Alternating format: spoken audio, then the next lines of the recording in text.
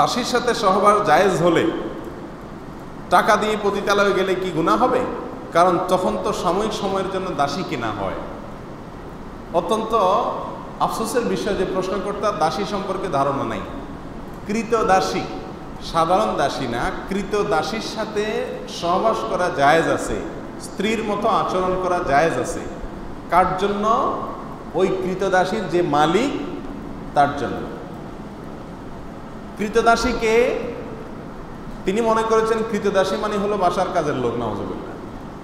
কৃতদাসী হলো যুদ্ধের পরে, মনে করেন মুসলিমদের সাথে অমুসলিমদের যুদ্ধ হলো, সেই যুদ্ধের পরে পরাজিত যারা, তাদের মধ্য থেকে যারা বন্দী হয়ে চলে আসছে, যুদ্ধবন্দী, এদের মধ্যে পুরুষদেরকে বলা হয় কৃতদাস আর মেয়েদেরকে বলা হয় কৃতদাসী। তাহলে যুদ্ধবন্দী হিসাবে গ্রেপ্তার হয়ে কোনো একটা পক্ষের হাতে না আসলে তাকে কৃতদাস দাসী বলা।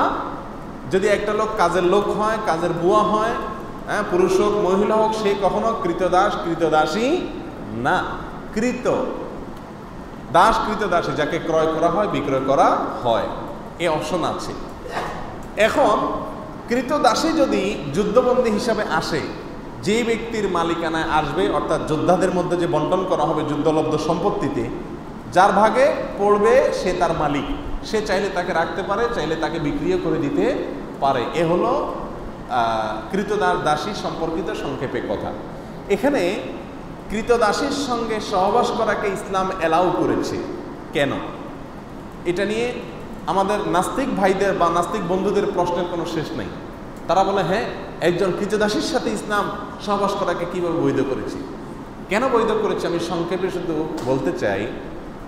মনে করুন বাংলাদেশের মানুষের সাথে অন্য কোনো দেশের মানুষের যুদ্ধ হলো, যুদ্ধে যারা গ্রেপ্তার হয়ে বাংলাদেশের মানুষের কাছে চলে আসলো, তাদেরকে যদি পরাজিত শক্তি যারা, তারা তাদের যুদ্ধবন্দীদেরকে নেওয়ার জন্য কোনো চুক্তিতে আসতে পারলো না, যে কোনোভাবে নিতে পারলো না, ফেরত নিতে পারলো না, এখন এই লোকগুলা যুদ্ধবন্দী হিসাবে যাদের হাতে আছে তাদের কাছে কিভাবে থাকবে?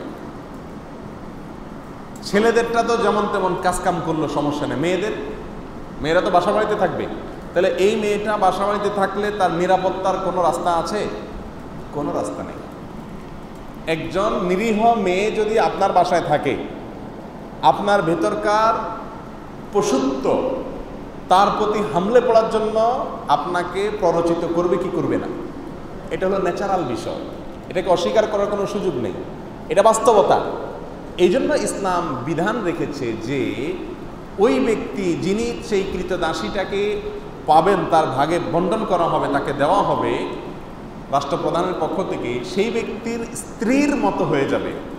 এই কৃতদাসী তার জন্য কি হয়ে যাবে? স্ত্রীর মতো হলে তার সন্তান, তার ভাই, তার অন্য কোনো লোক তার দিকে লোলুপ দৃষ্টিতে তাকাবার কোনো স্কোপ থাকবে না। এটা হলো তার জন্য এক ধরনের নিরাপত্তা নিশ্চিত করা। আমি কি বুঝাতে পারছি? এই লোকটা যদি তাকে বিক্রি করে দেয়, কেমন যেন একজন মেয়েকে তালাক দিয়ে আরেক জায়গায় বিয়ে দেওয়ার মতো।